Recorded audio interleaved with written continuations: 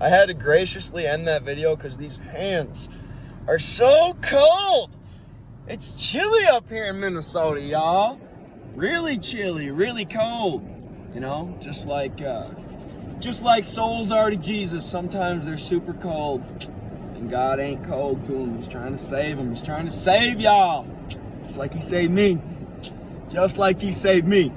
And so, He also humbles us, right? When I was in high school, right, it's a wonderful, beautiful story, right, about falling in love with Jesus, and I still love Jesus. I haven't forgotten my first love. I haven't forgotten Him. But just like boys and girls, when they fall in love, sometimes they can fall out of it, which is a really, really sad thing. And I haven't fallen out of love with Jesus to this day. But when I was in high school, right, 15, 16, I was struggling very badly with sexual sin. I'm a virgin still to this day, but just because I'm a physical virgin doesn't mean that I haven't struggled with very wicked things, very evil and seductive things via these phones and via the internet age that we live in.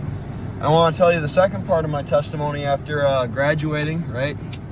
I shared the gospel with Jared and many people at Hastings High School, became the homecoming king, captain on the football team, and God, over the next 2 years of me becoming a believer, taught me through the scriptures and helped me be a loving witness to this Hastings community.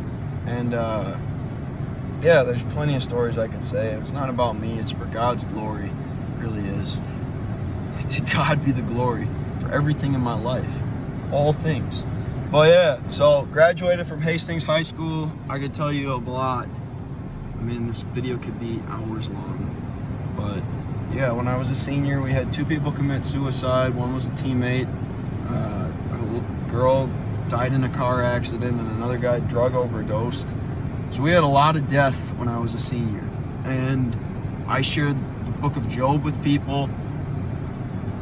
I felt conviction to try and share the gospel in the school, but I was too scared to at the time because my faith wasn't very strong at the time. Like, it was strong, but it wasn't strong enough to open up my Bible on 2B. I had a dream about this. Like, open up your Bible at 2B where the water fountain is and just read the Bible and tell people about Jesus. And I was like, what will the principals think? What will the school think? Like, will I get kicked out of school for it? So I didn't do it. I could share my visions, but I feel like I'm not supposed to at this time, so I'm not gonna. But eventually God gave me the bravery to do stuff like that. That's why I do what I do now. So I went to college at Northwestern. Put this up here. And God humbled me. Like, He humbled me because, our Father in heaven is a discipliner of His children. He doesn't just let you become the wickedest son and daughter the world's ever seen, and it's like, oh, grace abounds. Like, grace does abound. Thank God for it. But His grace abounds to your holiness. That's the goal. If you are living in sin and habits of sexual depravity on lots of different social media platforms or internet platforms, or even physically with women or physically with men, you're in trouble. Like, God has saved you. It's already finished through the cross. He's bought you with His blood. But now with the saving process, there's a sanctifying process. You got that? What's this person doing, huh?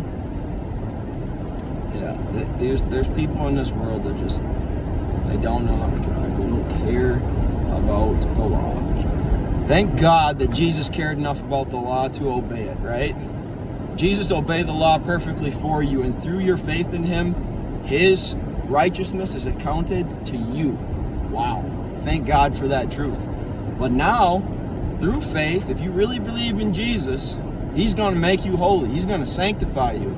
He's not just going to keep letting you live in that cycle of shame and sin and wickedness. It's not how He works. It's not how He is. He sanctifies. He sets free. He makes holy. That is our Christ. So, I gotta tell you a story about this tree right here. When I was, a 15, 16-year-old, I started struggling with sexual immorality, I think when I was in 7th grade, so 2007.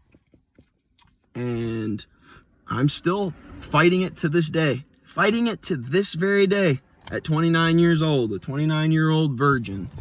But when I was in college, it got pretty bad, like really bad. And God allowed me to go through a very severe, painful process. I can show you my back. I got a scar to prove it, just like Christ has the scars to prove my salvation.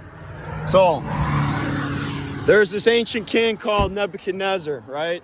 And God humbled him. You'd have to read the book of Job and Daniel to get what I'm really telling you here. And I could find the verses, but I have them in my heart. So when I was a junior at college, my hands are warm now, so we got a little bit more time.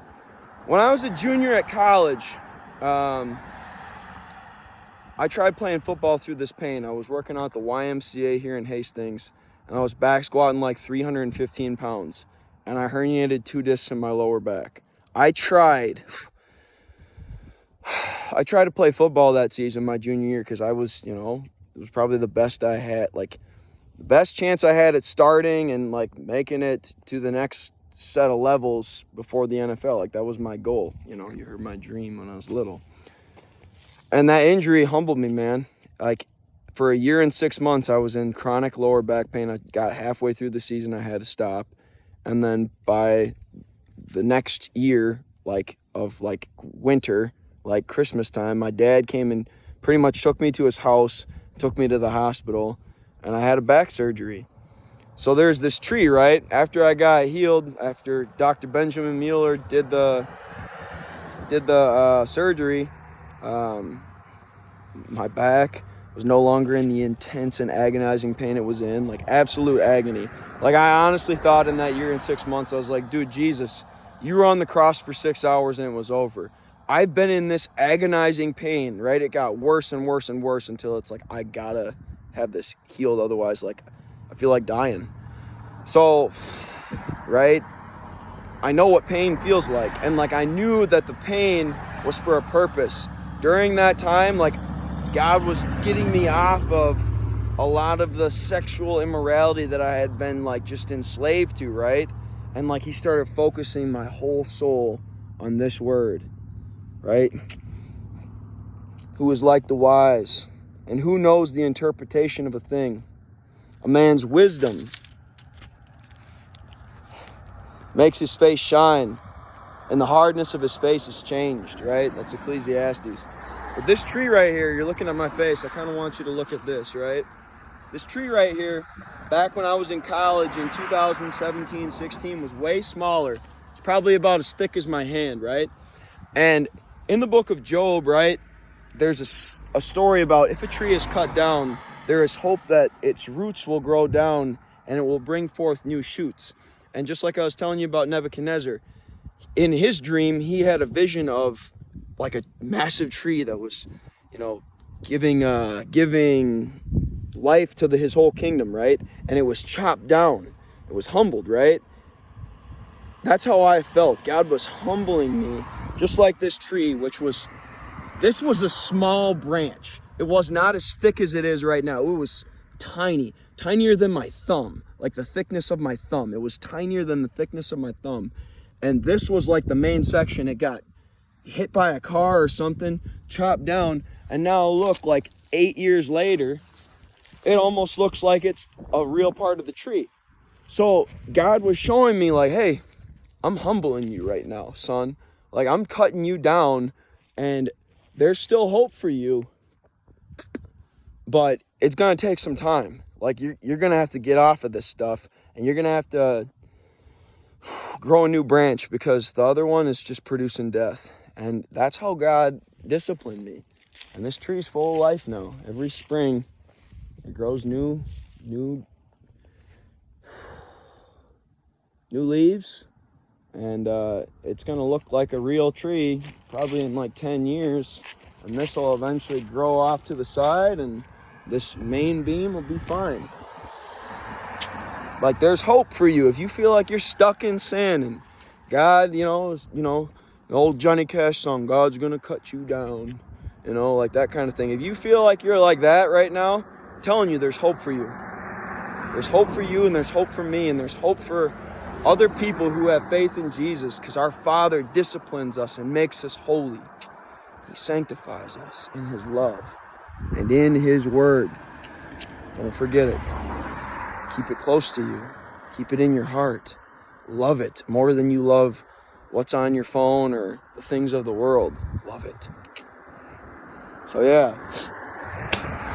that was a powerful story. And then after my junior year, the Lord led me down to Kentucky to work at the Ark Encounter after I graduated from college. And there's a lot of different stories that I could share there and how I've gotten to here. But don't forget where God's led you. That's the moral of the story.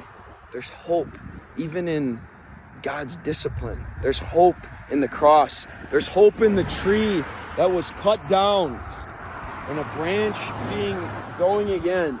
There's hope in this world, people. If that ain't an image of hope to you, then you're not really seeing. To me, I look at this and I think, God, thank you. Thank you for humbling me, for disciplining me, and for letting me continue to live my life in Christ and helping me heal others just like you're healing me. So it's a wonderful story. And our God is a wonderful healer. He's a wonderful Father who disciplines his children, who sanctifies us, and makes us holy. Peace.